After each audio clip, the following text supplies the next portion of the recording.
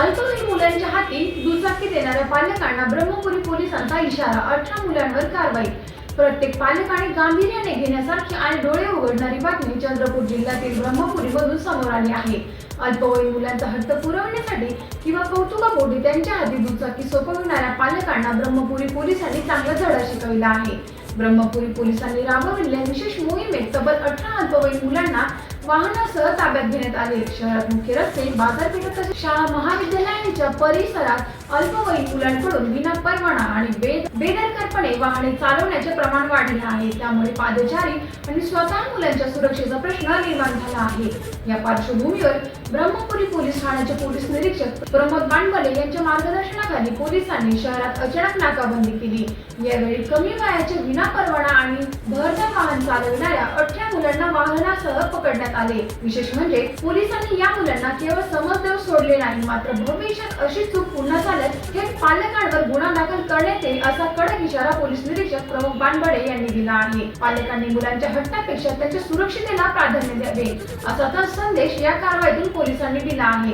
Times of महाराष्ट्रासाठी ब्रह्मपुरी प्रतिनिधी रुपेश देशमुख यांचा रिपोर्ट।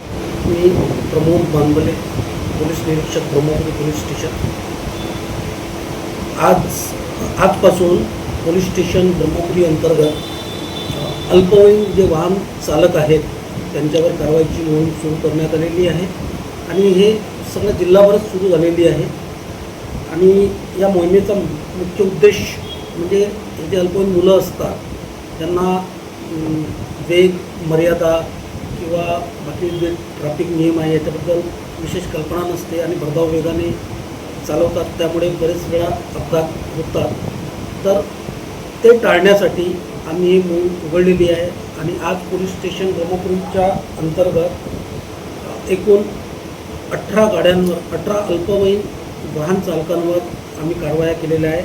ते सेक्शन 130(1) विविध 177 मोटर व्हेकल ॲक्ट, तर या अन्वये त्यांना फाईन करण्यात आलेला आहे आणि त्यांच्या पालकांना पोलीस स्टेशनला बोलवून त्यांना समज दिलेली आहे की यानंतर जर त्यांचे पाल्य जर गाडी चालवतील तर पालकांवर आम्ही मोटर व्हेकल ॲक्ट अन्वये गुन्हा दाखल करून त्यांच्यावर कारवाई करू।